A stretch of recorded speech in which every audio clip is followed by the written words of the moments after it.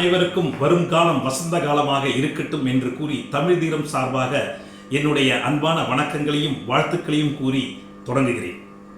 தமிழக வெற்றி கழகத்தின் வளர்ச்சி என்பது தினந்தோறும் உயர்ந்து கொண்டேதான் சென்று கொண்டிருக்கிறது. அனைவரும் அவர்கள் அனுபவம் இல்லாதவர்கள், பயிற்சி இல்லாதவர்கள் என்று சொல்லிக்கொண்டே இருக்கிறார்களே தவிர தமிழக வெற்றி கழகம் தினந்தோறும் ஒவ்வொரு ஸ்டெப்பா முன்னேறி கொண்டுதான் சென்று கொண்டிருக்கிறது. அவர்களுக்கு களப்பயிற்சி இல்லை, தேர்தல் அனுபவங்கள் இல்லை என்று கூறிக்கொண்டிருக்கிறார்கள். 2009 விஜய் மக்கள் இயக்கமாக ஆரம்பிக்கப்பட்டு 2011 அதிமுகவுக்கு ஆதரவாக விஜயனுடைய ரசிகர்கள் விஜய் மக்கள் இயக்கம் மூலியமாக தங்களுடைய சப்போர்ட்டை அதிமுக கூட்டணிக்கு அளித்தார்கள். அதன் மூலமாக அதிமுக வெற்றி பெற்று ஆட்சியை பிடித்தது. இதற்கு ஒரு அங்கீகாரம் அளிப்பது போல அன்றைய முதல்வர் திரு ஜெயலலிதா அம்மையார் அவர்கள் திரு விஜய் அவர்களையும் திரு எஸ். ஏ. சந்திரசேகரன் அவர்களையும், அதாவது விஜயினுடைய தந்தை அவர்களையும் தொண்டர்களையும் பாராட்டி, நன்றி பாராட்டி செயல் அனைவருக்கும் தெரிந்த ஒன்றேதான். 2012 இருந்து மாணவர்கள் பணியில் அவர்கள் வந்துவிட்டார்கள். ஸோ அது கண்டினியூஸாக அவங்க பண்ணிக்கிட்டே இருக்கிறாங்க.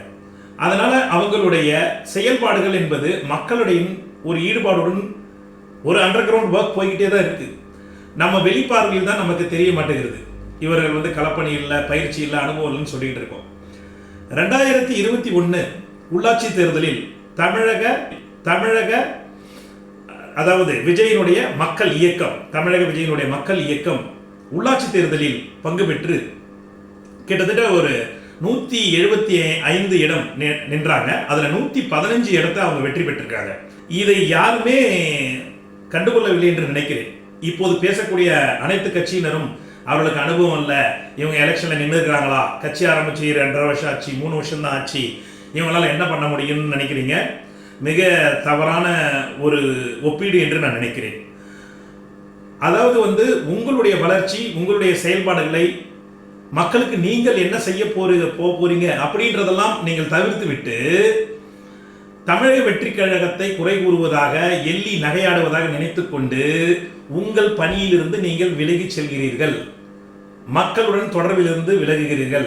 மக்களை நகைச்சுவை உணர்வுக்கு உள்ளாக்குவதாக நினைத்து தமிழக வெற்றி கழகத்தை அசிங்கப்படுத்துவதாக, கேவலப்படுத்துவதாக நினைத்துக் கொண்டு நீங்கள் செய்யும் சில பேட்டிகளும் சில விஷயங்களும் பார்த்தீங்கன்னா மக்கள் மனதில் ஒரு நகைச்சுவையாக ஒருத்தர் 2 பேர் சிரிச்சுட்டு போயிடுவானே தவிர மற்றபடி உங்களுடைய வளர்ச்சி என்பது குறைந்து கொண்டேதான் இருக்கிறது. இது இந்த வருங்கால 2026 தேர்தலில் முக்கியமாக எதிரொலிக்கும். ஒவ்வொரு கட்சியும் ஏற்கனவே ஒரு பர்சன்டேஜ் ஆஃப் ஓட் வச்சிருக்கீங்க. அந்த பர்சன்டேஜ் ஆஃப் ஓட்டை காப்பாத்திடுவீங்களா? உங்களுக்கு நம்பிக்கை இருக்கா? திரு விஜய் அவர்கள் தாவேகாவை ஆரம்பித்த உடனே எல்லாருக்கும் ஒரு அல்லு கண்டுடுச்சுன்னு சொல்லலாம். அப்ப 2026 எலெக்ஷன்ல போட்டியிட போறாருன்னு தெரிஞ்சது, அது ஒரு பக்கம். தனித்து போட்டியிட போறாரு, அது இன்னும் பயங்கரமாயி போச்சு. அப்படின்ற சிச்சுவேஷன்ல அனைத்து கட்சிகளும் உங்களுடைய பர்சன்டேஜை நீங்க அப்படியே வாங்க முடியுமான்றதே ஒரு மிகப்பெரிய கொஸ்டின் மார்க்கா இருக்கும்போது நீங்க மக்களுக்கு செய்ய வேண்டிய பணிகளை விட்டு தேவையில்லாமல் டிவிகேவை ட்ரோல் பண்றோம், டிவிகேவை நாங்க தொண்டர்களை ட்ரோல் பண்றோம், தலைவரை ட்ரோல் பண்றோம் நினைத்து மக்கள் இடையே இருந்து நீங்கள் விலகி செல்கிறீர்கள். மக்களுக்கான செயல்கள் நீங்க ஜெயிச்சீங்கன்னா, நீங்க வந்தீங்கன்னா, நீங்க எம்எல்ஏ வானீங்கன்னா, நீங்க தலைவர் ஆனீங்கன்னா நீங்க என்ன மக்களுக்காக பண்ண போறீங்க, மக்களுடைய பிரச்சனைகளை என்ன செய்ய போறீங்கன்றத பேசுவதுதான் இப்ப இருக்கக்கூடிய தேர்தல் களத்தில், தேர்தல் நேரத்தில் நம்ம சொல்லக்கூடிய விஷயமாக இருக்க வேண்டும். அதை விட்டு நீங்கள் தமிழக வெற்றி கழகத்தை நீங்க ட்ரோல் பண்றதும் நீங்க பண்ணிட்டு இருக்கிற விஷயம், அவர்கள் நீங்க பண்ணக்கூடிய விஷயத்தால ஒவ்வொருத்தவர்கள் நம்ம பலவீனப்படுத்துறோம்னு நினைச்சு நம்ம பண்றோம்னு நினைக்கிறோம்னு வச்சுக்கோங்களேன், அவங்க பில்ட் ஆகிட்டே தான் இருப்பாங்க. அதனுடைய ரிஜ்டா அவங்க பில்ட் ஆகக்கூடிய விஷயங்கள் இந்த தேர்தல் களத்தில் கண்டிப்பாக ஒலிக்கும். தேர்தல் முடிஞ்ச உடனே நீங்க இப்ப பேசினவங்களாம் என்ன பேச போறீங்கன்னு தெரியல. எவ்வளவு பர்சன்டேஜ் ஓட்டு வாங்க போறாரு, கண்டிப்பா உங்களுடைய எல்லா பர்சன்டேஜ்ல இருந்து தானே ஓட்ட புழுங்க போறாரு. அது எல்லாருக்கும் உங்களுக்கு தெரிஞ்ச விஷயம் தான். ஸோ உங்களுடைய பர்சன்டேஜ் ஆஃப் ஓட்டை நீங்க காப்பாத்திக்கணும்னாலே நீங்க மக்கள் சைடில் இறங்க ட்ரை பண்ணுங்க. மக்களுடைய எண்ணங்கள் புரிந்து கொள்ளுங்கள். மக்களுக்காக என்ன செய்ய போறீங்கன்றதை தெளிவுபடுத்துங்க. இது ஒரு சமூக ஆர்வலர் கருத்தாக தான் நான் சொல்றேன். நன்றி, வணக்கம்.